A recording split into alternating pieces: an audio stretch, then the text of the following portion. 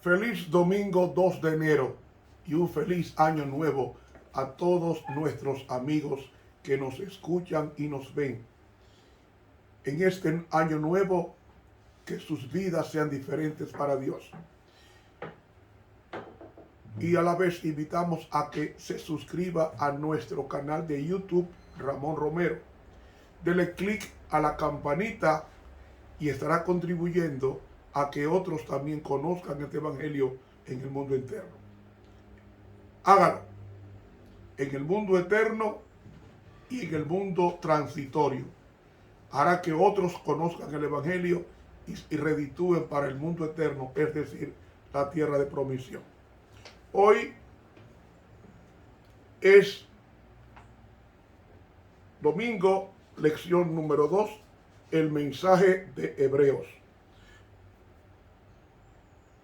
Para memorizar. Ahora bien, el punto principal de lo que venimos diciendo es que tenemos un sumo sacerdote tal que se sentó a la diestra del trono de la majestad de las alturas. Hebreos 8:1. Oh Señor, iniciamos este año nuevo, ayer. Por favor, que no sea en vano nuestra profesión de fe ante Dios y ante los hombres. Amén. Para hoy domingo, Jesús es nuestro Rey.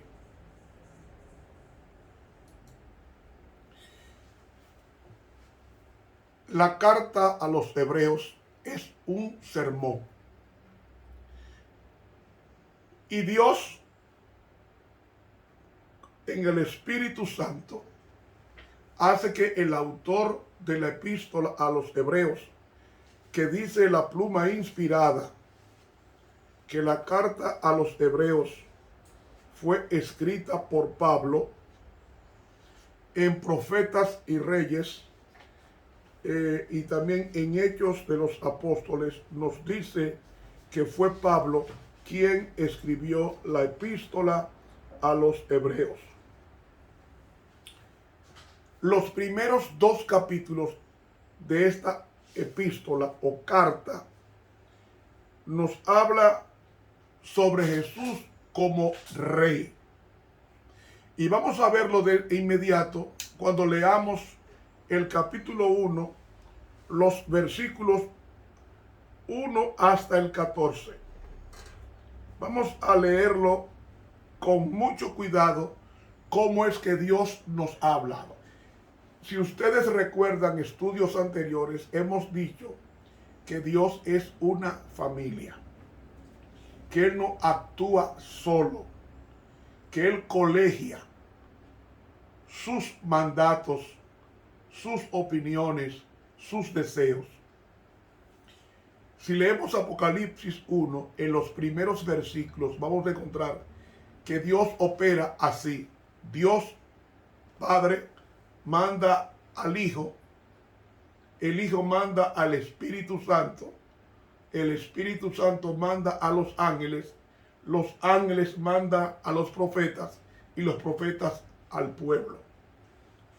Es así que se trabaja en el cielo. Es algo de sucesión o algo de colegiación. Dios no toma decisión en una forma arbitraria. Él consulta, porque no son 3 dioses, sino 3 divinas personas. Dios Padre, Dios Hijo y Dios Espíritu Santo. Ahora, en Hebreos 1 encontramos cómo es que Dios nos ha hablado. Capítulo 1. Dios, habiendo hablado muchas veces y en muchas maneras en otro tiempo a los padres por los profetas. ¿Cómo es que Dios habla? Dios, habiendo hablado muchas veces a nuestros padres por medio de los profetas, es decir, Dios hablaba directamente a los profetas, ahora hasta que viniera Cristo y se encarnara, hasta que viniera Dios Hijo y se encarnara como Hijo de Dios, porque Cristo no era Hijo de Dios. Pasó con la nomenclatura de Hijo de Dios cuando se humana. Entonces Cristo es Hijo de Dios en la naturaleza humana, porque Dios no lo creó nadie. El Cristo divino es esencialmente Dios. Entonces, ¿en qué sentido Cristo es Hijo de Dios? En el sentido de su humanidad, porque fue engendrado por el Espíritu Santo, según Mateo capítulo 1. Seguimos leyendo. En estos postreros días nos ha hablado por el Hijo, al cual constituyó heredero de todo, por el cual asimismo hizo el universo. Explico. Dios Padre, Dios Hijo, Dios Espíritu Santo van a crear el mundo. ¿Cómo lo crea? Él está diciendo en el versículo 2.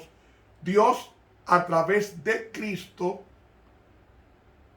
Dios es el que trae el proyecto, el plan, el propósito, lo trae.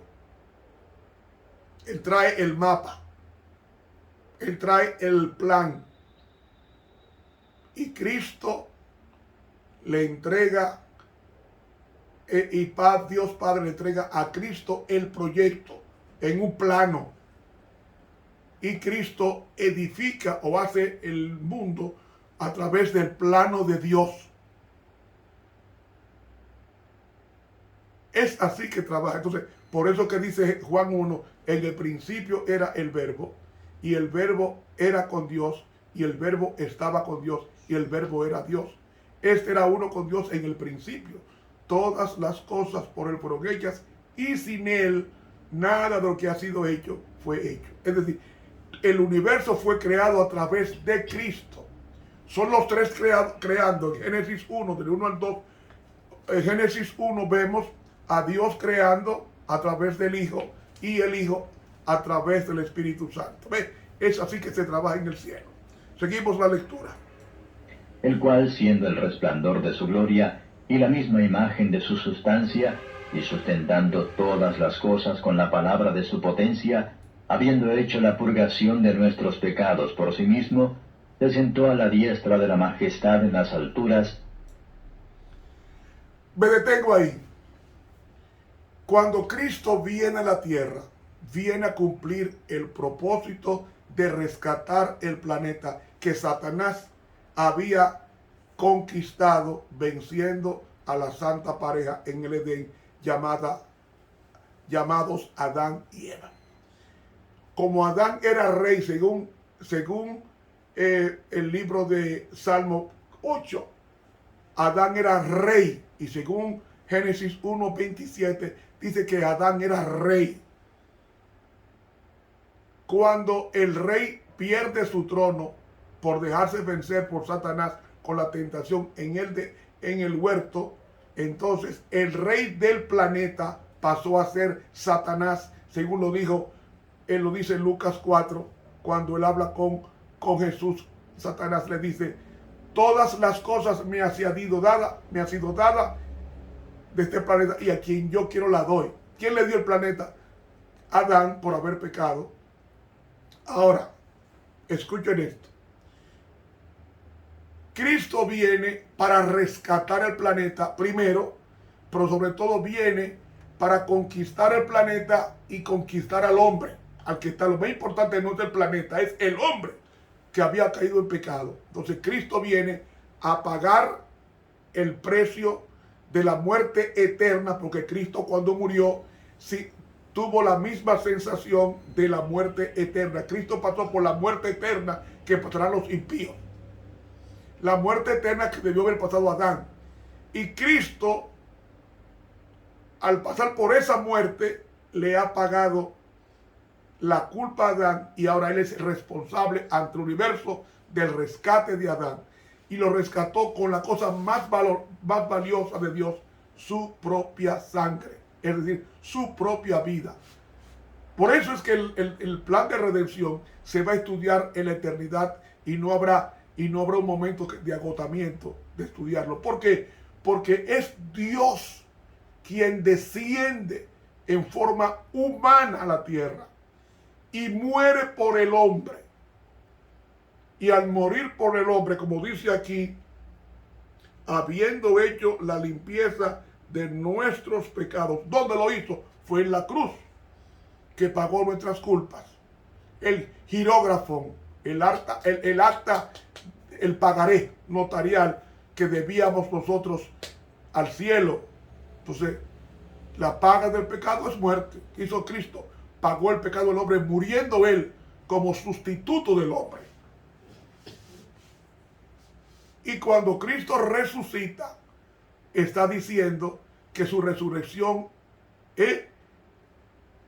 está diciendo que con la resurrección Cristo ya pagó y ahora se presentará ante el Padre para satisfacer los requerimientos de la ley, que era su propia muerte. Y Cristo es la resurrección y la vida, pero Él no resucitó. Quien lo mandó a resucitar fue el Padre.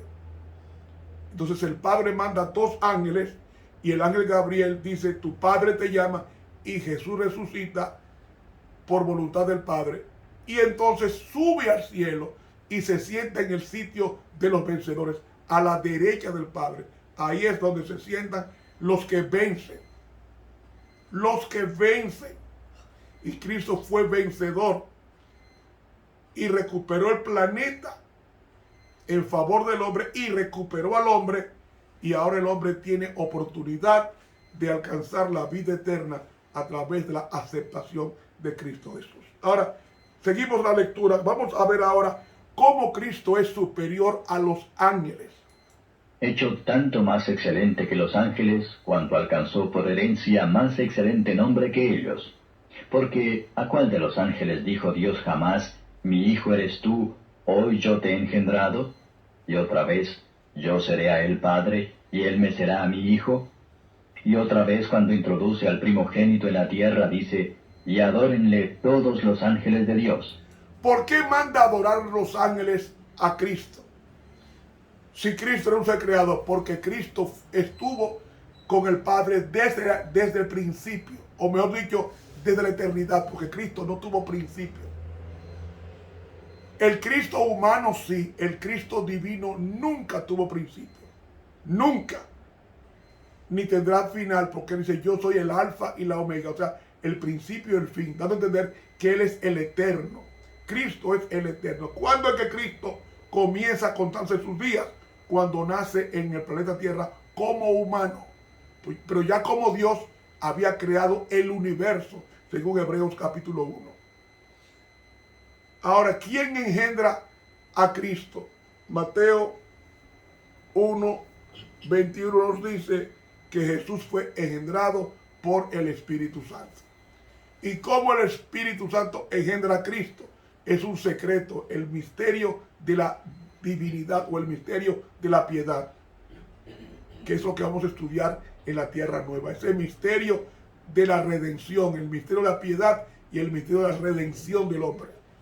El misterio. Entonces, los ángeles, el Padre manda que adoren a Cristo, porque fue Cristo, según Colosenses 1:16, quien creó los ángeles como su ejército.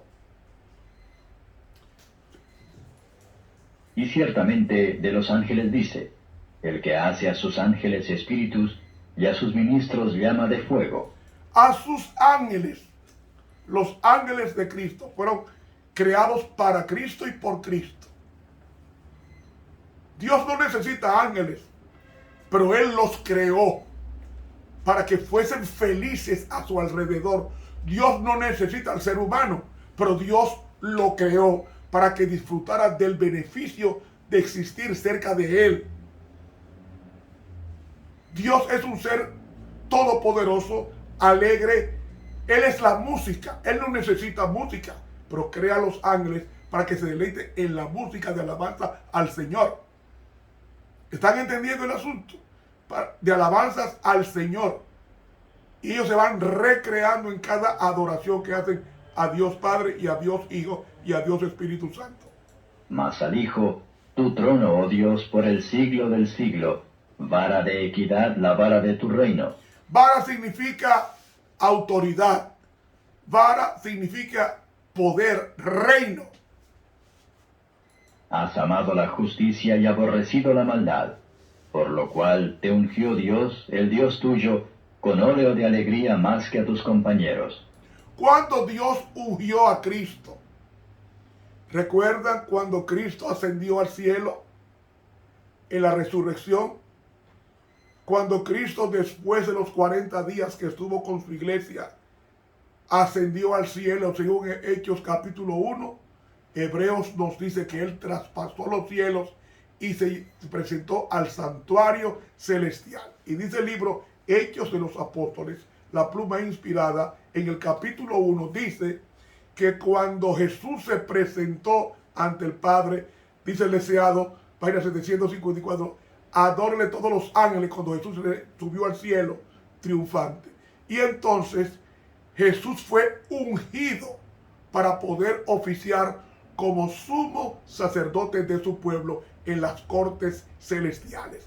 Por eso es que es ungido, porque un sumo sacerdote no puede oficiar, según la ley de la Biblia, no puede oficiar sin tener la unción del aceite. Y Cristo fue ungido con el Espíritu Santo, y la iglesia fue ungida en Hechos 2 con el Espíritu Santo, con la lluvia temprana que cayó sobre la iglesia de los 120 hombres y mujeres. Por eso es que Dios lo unge para que sea ministro del santuario, o sea, el sumo sacerdote, el dueño, el principal, frente al trono de Dios que ocupa. El trono de Dios es móvil, según Ezequiel capítulo 1. Cuando Cristo ascendió al cielo, se presentó ante la presencia de Dios y Dios lo ungió con el Espíritu Santo. Y esa unción hizo que se cumpliera lo que dice el Salmo 133, que ese rocío cayó sobre la iglesia incipiente y 3,000 personas fueron bautizadas ese día por el sermón de Pedro. Pero fue a 15 naciones que predicó Pedro, a 15, con el don de lenguas. Y 3,000 fueron bautizados, otro día 5,000. Seguimos leyendo la Biblia. Y tú, oh Señor, en el principio fundaste la tierra, y los cielos son obras de tus manos. Ellos perecerán, mas tú eres permanente, y todos ellos se envejecerán como una vestidura, y como un vestido los envolverás y serán mudados. Empero tú eres el mismo, y tus años no acabarán. Dios es Dios. Dios no tuvo principio, tampoco tendrá fin. La palabra yo soy el que soy, la traducción correcta en el hebreo debe ser yo soy el eterno. Yo soy el eterno, el que no tuvo principio ni tampoco tendrá fin. Porque dice Génesis 1:1, en el principio creó Dios los cielos. En el principio ya estaba Dios presente. En el principio de la creación de este planeta ya estaba el presente. O sea, Dios no tiene principio ni fin, porque Él es el principio y el fin. El alfa y la omega. Entonces, tus años no acabarán porque en Él no hay pecado. Lo que la gente se pone vieja no es por los años. Repito lo que dije el otro día. La gente se pone vieja por el pecado. Yo pregunto,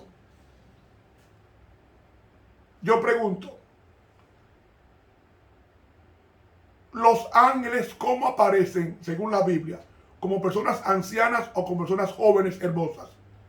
Y los ángeles tienen millones de años de creados, pero no tienen mancha ni arruga, porque no han pecado. Pues nosotros en la eternidad, cuando vayamos a cielos nuevos y tierra nueva, viviremos millones de millones de millones de millones de millones de quintillones de años. Y nunca habrá una arruga porque no tendremos pecado. Lo que arruga a la persona, la pone vieja, es el pecado, no la edad en el cielo. El pecado que deteriora este cuerpo. Por eso que Dios nos va a dar un cuerpo inmortal, para que en la presencia de Dios haya larga vida sin fin con Dios. Entonces Cristo se presenta aquí como el Rey. Pues ¿a cuál de los ángeles dijo jamás, siéntate a mi diestra hasta que ponga a tus enemigos por estrado de tus pies? ¿No son todos espíritus administradores enviados para servicio a favor de los que serán herederos de salud? Es decir, hermanos, Cristo ha sido enviado al planeta, pero retomó su reino. Cuando ascendió al cielo, está sentado a la diestra, en el lugar del privilegio del triunfador, que se sentaba a la diestra, a la derecha del Rey. Y Cristo es el Rey del universo, y todo lo que está pasando en el universo le atañe a Él. Y ahora Cristo está en el santuario limpiando a su pueblo. Aceptemos eso y creamos que Cristo nos ama. Se acabó el tiempo. Seguimos mañana. Estuvo contigo el profesor Ramón Romero.